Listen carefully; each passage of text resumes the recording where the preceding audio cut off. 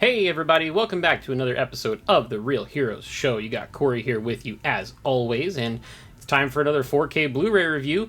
Did a Scorsese film last week, gonna do another Scorsese film this week.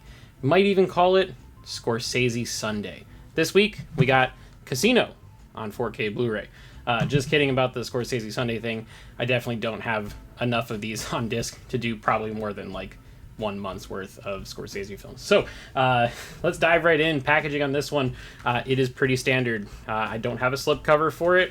When you pop it open, you have a slip for a digital copy, you have the standard Blu-ray, and you have the 4K Blu-ray. So this is one of my favorite Scorsese films. I know for some reason or another, not everyone loves it and puts it up in the same universe as Goodfellas, which seems to be everyone's go-to Scorsese film.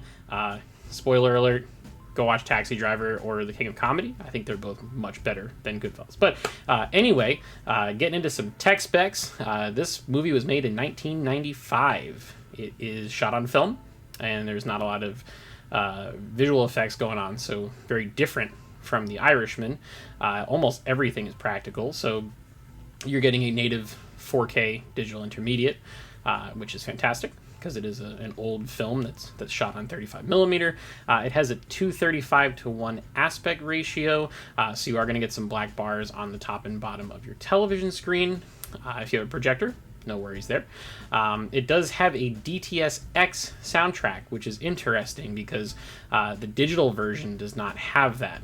When you go through iTunes or Vudu, it looks like in most cases you're getting a Dolby track, but on the disc, Universal provided DTS-X, which we will get into later in the video. So, diving right in, for me, the real stunner of this disc is the video presentation. So, it's not the heaviest on the audio. Scorsese films are very dialogue-driven, all about the needle drops with the music. So, for me, the real standout here is the video. Like I said a few moments ago, this movie was made in 1995. However, it looks like it was shot about last week. It's absolutely incredible. The textures on all the very fancy suits, the robes, all of Ginger's very fancy clothing, just detail everywhere. Close-up shots on Robert De Niro and Joe Pesci's faces. There's little intricate details everywhere. Individual strands of very slicked back hair.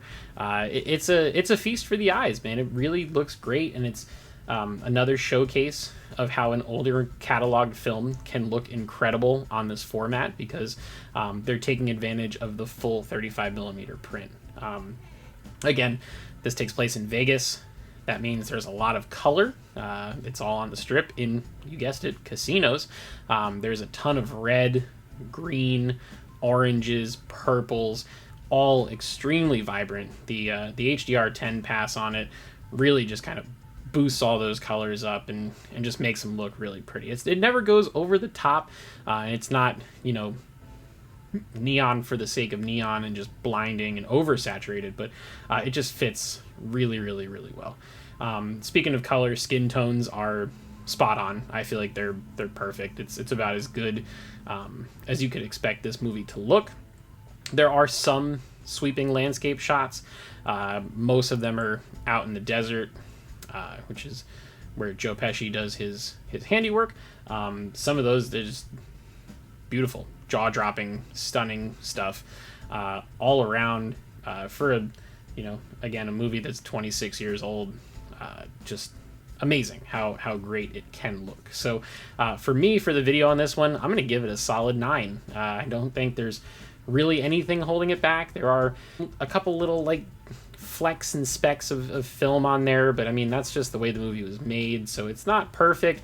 There are a couple spots where the focus is a little soft. Can't really harm it too much on that. It's not that big of a detractor, but solid across the board. 9 out of 10. Audio wise, the DTS-X track, DTS-X is essentially DTS's version of Dolby Atmos. It is a enhanced audio format that accompanies height channels into the ear level speakers. However, in this movie, I didn't really hear any height channel stuff. So all of it was really happening at the ear level. Again, like I mentioned, very dialogue driven film. A lot of it is actually in narration, whether it's Robert De Niro's character or Joe Pesci's character that are kind of talking the audience through the things that are going on screen. They do a really incredible job of dividing the two. The narration feels like it's very much almost like a voice of God, where it's just kind of sitting over top of you.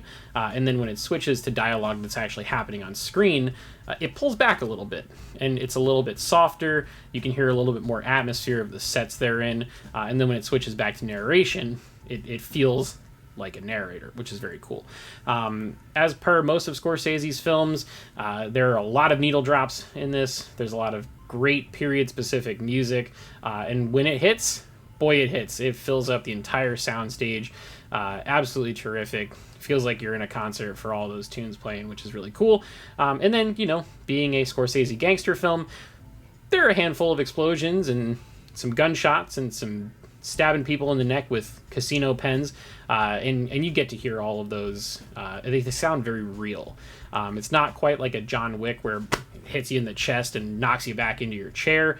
It's more subdued, but it does have a very real feel to it, which I think is really what Scorsese is going for all the time. So for me on this one, I think I'd give the audio probably like either a 7.5 or an 8 out of 10. For what it was, as a dialogue-driven film, the dialogue is crystal clear. Never any issues with that. Great way to listen to it. Great soundtrack. So, it's not Blade Runner 2049, but what is? So, gets a solid 7.5 out of me for that one. So, should you pick this one up? Absolutely. If you're a 4K Blu-ray lover and you want to bolster your collection, you can find this on sale, usually for somewhere between $13 and $15, depending on what retailer you go through. And even if you had it on Blu-ray, I had it on Blu-ray. I tossed that old Blu-ray out in the trash. I got the 4K version. It came with the standard Blu-ray now. It is a big upgrade. You have a lot of additional texture, great color, an atmospheric level soundtrack.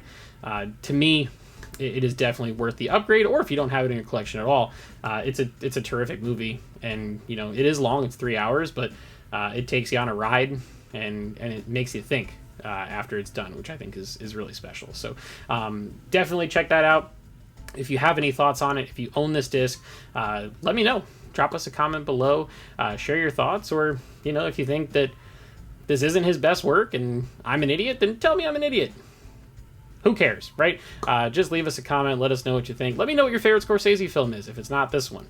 And if you'd like to support the channel, you can do so, as always, for free. All you gotta do is like this video, subscribe if you haven't already, turn on those notifications, and share with your friends. We are going to have a Ted Lasso review tomorrow. I said it. I meant it. It's happening. We're doing it. We're also going to be talking about A Quiet Place Part 2 this week. We'll also have a review of The Bad Batch episode 14. Only 3 episodes left to go on that. So make sure to stay tuned for all those things. And until next time, guys, we'll see you in the next video.